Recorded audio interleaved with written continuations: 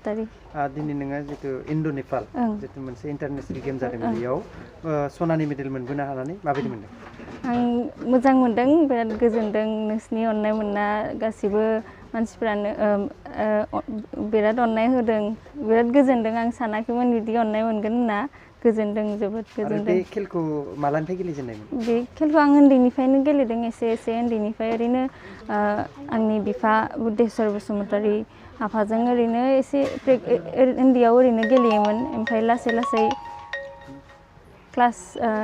10 निफ्राय आं मेन competition थांजेननाया class 10 निफ्राय 2015 निफ्राय 2015-16 आव आं स्कुल नेशनेल गेलेदोंमोन बिनि उनाव इउनिभार्सिटि गेलेदों कलेजावबो गेलेदों ओमफ्राय दा लेटेस्टआ बेनो आरो आंना इन्डो-नेपाल इनभिटेशनेल चेम्पियनशिपआ बेनो। दा उनाव मा सानदों? उनाव आं दा फरायगासिनो आं दा 5th semester BPES bachelor of physical education and sports फरायगासिनो बेखौनो आं फरायलांगासिनो ओमफ्राय स्पर्ट्स लाइनावनो मा मोनलाङो जेराव चान्स मोनलाङो बेखौनो आं मावलांगोन सानदों आरो आं जोबोद साबायखर हरनो सानो दिनै जोंहानि न'आवनो नुजाफैनाय आंनो मान बावफैनाय जोंनि UBPOनि आफाद दैदेनगिरिमोन आरो सिलापथारनि बाथौ आफादनि दैदेनगिरि बिथांमोना जोंहानि न'आव फैनानै दिनै आंखौ लोगो मोनफैबाय आं जोबोद गोजोनबाय जोबोद रोजा रोजा साबायखर बावहरो खुलुमनायखौ बावहरो जोबोद गोजोनदों बेनोसै। दा बेयाव जोङो जोंनि सिलापथार दखरानिफ्राय आनन्दिता बसुमतारियारि इन्डो-नेपाल इनभिटेशनेल इन्टारनेशनेल चेम्पियनाव CSआव गल्ड मेडेल मोननो हादों बेहाय जों जोबोद गोजोननाय दं आरो बिनानावनिसिम जोंनिफ्राय साबायखर जासिहरो। आरो दिनैनि दिनाव जिहेतु गोबां जोङो लाइमोनफोरखौ जिहेतु हिन्जावसाफोरखौ आग बारायनायखौ नुनो मोन्दों जों हौवासाफोरखौ खम आग बारायनायखौ नुनो मोन्दों दिनै बेफोरखौ आग बारायनो थाखाय नोंथांमोननि आफादफ्रा ओरैनो गेलेनाय बायदि बिथिङावबो आग बारायनो थाखाय मा हाबाफारि लानो सानदों आरो लागोन? जिथुनाखि जोंनि हारिनि गेजेराव बा जोंनि आसामावनो बुंनो थाङोबा दा स्पर्ट्सआव हौवानिख्रुइ हिन्जावसाफोरखौ बांसिन गेलेनायाव गोसो गुदुं बा गोसो होनायखौ जों नुनो मोन्दों बे जाहैबाय गार्जेननि दुरबलता जे हिन्जावसाया गोसो जादों बेयाव बिमा बिफाया निस्सय बेखौ बे लामायाव थांनो होदों नाथाय हौवासाफ्रा गोसो गैया बेखौ जों नुनो मोन्दों दा बेहाय जोंनि गार्जेनफ्राबो बेखौ इनकारेज होनांगोन गार्जेना जिथुनाखि गथ'फ्रा हौवासाफ्रा बांसिन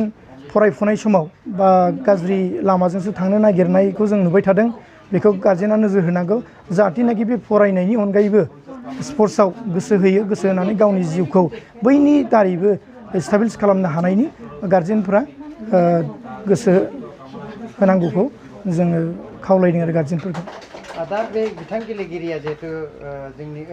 आसामनि नाम लाबबाय बा इन्डियानि नाम लाबबाय ओनसोलनि नाम लाबबाय दिनै जोङो बिथांमोननो सरकारि भाबै बिथांमोना जितु गावनि नांथाबनाय नाजानायनि गेजेरजों दिनै बे मुंखौ लाबोनो हाबाय बा मुंखौ होनो हाबाय सार बेफोरबायदि गेलेगिरिफोरनिसिम सरकारा माबायदि हाबाफारि लानांगौ? सरकाराथ' गेलेनायनि सायाव जोबोद गोसो होनायखौ जों नुदों नाथाय जोंनि मानसिफ्रा बे खाबुखौ हयथ' लानो रोङाखै दा लानो रोङियाव जोङो बिनिफ्राय बन्सित जाना थानांदों जाहाथे बे गेलेनाय आयदायाव जायफ्रा माने सरकारनिफ्राय मा सुबिदा मोनो बेखौ बिथांमोननिसिम थाबायना होनांगौ आरो जोंबो आफादनि जानानै जोंबो सरकारजों जगाजग खालामगोन आरो जिथुनाखि जोंनाबो काउन्सिल मोनसे आलादा BTCनि बाहेराव बर' कसारि वेलफेयार अट'नमास काउन्सिल जाबाय बिथां जोंनि चिफ सारमोनजों बा EMफोरजों स्पर्ट्सनि डिपार्टमेन्टजों जोंनि चिफ सारमोनजों बा EMफोरजों स्पर्ट्सनि डिपार्टमेन्टजों जोङो रायज्लायनानै माबा मोनसे सुबिदा खालामना होनो हायो बिथांमोननि थाखाय जों सुबिदा बानायनो थाखाय जोङो खावलायगोन। मानगोनां अन्दिता बसुमतारी अनजालि फिसानि बरायनि सानाव नुजाफैनो हानाय खौरां लांगिरि आरो लोगोसे रायजो राजा जों आनन्दितानि दिनै बराय सानाव फैनायाव जोंहा अनन्दितानि गेलेनायाव देरहाबोनो हानायनि थाखाय जों जोबोर खुसि बेनि थाखाय जों दिनै अनन्दिता अनजालि फिसाखौ जोङो आरनाय गांसेजों जिल्ला बोखावजायै लखिमपुर जिल्ला बाथौनिफ्राय आरो सिलापथार बियाब आइजो अनसायनि जानानै नुजाफैदों बेनि थाखायनो आं फंनैसो अनन्दितानि जानानै बरायनो नागिरदों बेवहाय आंनि माबाफोर गोरोन्थि जानो हागौ आं निमाहा बिखाबाय जाहाथे इयुन जोलैयाव जोंनि ओनसोलनि बा जोंनि रायजो राजानि मोजांखौ आरो बिदिनो देरहानानै मोजां लाबोगोन बेखिनिखौनो आं अनन्दिता अनजालि फिसानि थाखाय फरायनानै आं बेखिनिखौनो सुंदो बुंनानै आंनि बुंनायखौ फोजोबनाय जाबाय। नोंसारजों थांनाय 17 अक्ट'खालि नेपाल इन्ड' आरो इन्ड' आरो नेपाल माने इन्डिया आरो नेपालनि गेजेराव मोनसे बादायलायनाय गेम जादोंमोन बेयाव सनानि मेडेल लाबोनो हादोंमोन बिनि सायाव बेसेबां गोजोननाय दं? गोजोननायाथ' बहुद दङ। गिबियावनो रादाबगिरि नोंथांमोननिसिम साबायखर थाग्रोबाय लोगोसे रायजो राजा बिथांमोना लोगोसे UBPOनि दैदेनगिरि बिथांमोना फैनानै आरो लोगोसे जोंनि सिलापथा ओनसोलनिनो बाथौ धोरोमगिरि आफादनिफ्राय बिथांमोना फैनानै रोजा जों मान बावफैनायखौ आं नुनानै आरो गोजोन बावसिनदों आरो लोगोसे जोंनि बे फिसाजोआ बिदि फार्स्ट टाइम बिदि गल्ड मेडेल मोनबोदों बेनि थाखायथ' बहुद गोजोननाय थादों आरो लोगोसे जोंनि न'खरनि गारजेनल' नङा जोंहा गौरब दङ जोंनि स्टेटनिफ्राय थांनानै आसाम स्टेटखौनो मोनसे आसाम स्टेटनि थाखाय मोनसे गौरब लाबोनो हादों बेनि थाखाय आं जोबोद गोजोनदों आरो बे समाव नोंथाङा दा बे समाव मा मावो?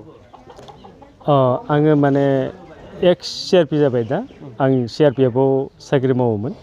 आङो 20 बोसोर कमप्लिट खालामनानै रिटायार लाबोबाय दा आङो बे साख्रियाव थानाय समावनो बा जोङो मुभमेन्ट खालामबाय थानाय समाव आं टाइम पास खालामोमोन बे चेसखौ लोगोफोरजों गेलेनानै आरो दै ओमफ्राय आं सानसेखालि बै काश्मीरनिफ्राय जेब्ला आं न'आव सुटि फैयो आं VIPआव माने सोफ्लांदोंमोन बे चेस बर्डखौहाय आरोना ओमफ्राय न'आव फैनानै आं बे गथ'आबो न'आवनो थायोमोन डन बक्सआव फरायनाय समाव ओमफ्राय आं टाइम पास खालामदों आरो गथ'खौ माने आं फोरोंजेनदोंमोन आरो ओमफ्राय आं सानाखैमोन बेबायदि बे स्कुलाव थांनानै जे दिनै गल्ड मेडेल लाबोगोन बेखौ आं सानाखैमोन आरोखि आं ओरैनो टाइम पास खालामनानै फोरोंजेनदोंमोन आरो बेखौ आंनो फोरोंदों आरो फार्स्ट दिनै बेनि फिथाइखौ गावनि माबाजों गावनि आखाइजों गावनि दिमागजों गावनि नाजानायजों बेखौ दिनै फिथाइखौ लाबोनायनि थाखाय जोबोद गोजोननाय मोन्दों। प्रथमत আজি আপোনাৰ ছ'চিয়েল মিডিয়াক মই ধন্যবাদ জ্ঞাপন কৰিছোঁ যে আমাৰ জ্যোতিনগৰ নিবাসী বুদ্ধেশ্বৰ বসুমতাৰী অনন্দিতা বসুমতাৰী তেখেতৰ ছোৱালী আজি আমাৰ অঞ্চলৰ কাৰণে গৌৰৱ কৰিছোঁ আমি তাই আমাৰ অসম ৰাজ্যৰ ধেমাজি জিলাৰ চিলাপথাৰ 4 নম্বৰ ৱাৰ্ডৰ গৌৰৱ কৰি আনিছে যি আজি চেছ বৰ্ডৰ যোগেদি খেলৰ যোগেদি আমাৰ অঞ্চললৈ গৌৰৱ কৰি আনিছে তাৰ কাৰণে আমি আজি গৌৰৱান্বিত কৰিছোঁ তেখেতক উজ্জ্বল ভৱিষ্যত কামনা কৰিছোঁ আগন্তুক দিনতো এনেকৈ আগবাঢ়ি যাওক বুলি আশা কৰিছোঁ বা আমাৰ সমাজতো এনেধৰণৰ বিভিন্ন ছাত্ৰ ছাত্ৰী এতিয়া আছে যিবিলাক পঢ়া শুনাৰ মাজেদিও আৰু কিবা কিবিৰ লগত ইহঁতে ইণ্টাৰেষ্টেড আছে সেইখিনিকো গাৰ্জিয়ান বা পৰিয়ালবৰ্গক মই জনাইছোঁ যে আপোনালোকে আপোনাৰ ল'ৰা ছোৱালীৰ পঢ়া লিখাৰ মাধ্যমেদি ইহঁতে যদি আৰু গেমছ হওক ডান্স হওক কিবা কিবিত যদি ইণ্টাৰেষ্টেড আছে এওঁলোকৰ নিজৰ প্ৰতিভাটো আগবঢ়াই লৈ যাবৰ কাৰণে এওঁলোকক সুবিধা প্ৰদান কৰক আজি যি অনন্দিতাই গৌৰৱ কৰি আনিছে আমাৰ অঞ্চলৰ কাৰণে আমাৰ চিলাপথাৰ অঞ্চল হওক জ্যোতিনগৰ অঞ্চল হওক অমৃতপুৰ অঞ্চল হওক বা 4 নম্বৰ ৱাৰ্ডৰ কাৰণে এনেকৈ ধৰণে কিজানো আপোনাৰ সন্তানৰ কালি পৰহি কিবা এটা ভাল ধৰণে কাম কৰিব পাৰে তেওঁলোকক সুবিধা প্ৰদান কৰিব আৰু আজি আমি অনন্দিতাক আন্তৰিকভাৱে চিলাপথাৰ 4 নম্বৰ ৱাৰ্ড হৈ আমি সকলো ৰাইজতে হওক আন্তৰিক শুভেচ্ছা জ্ঞাপন কৰিছোঁ তেখেতৰ উজ্জ্বল ভৱিষ্যত কামনা কৰিছোঁ।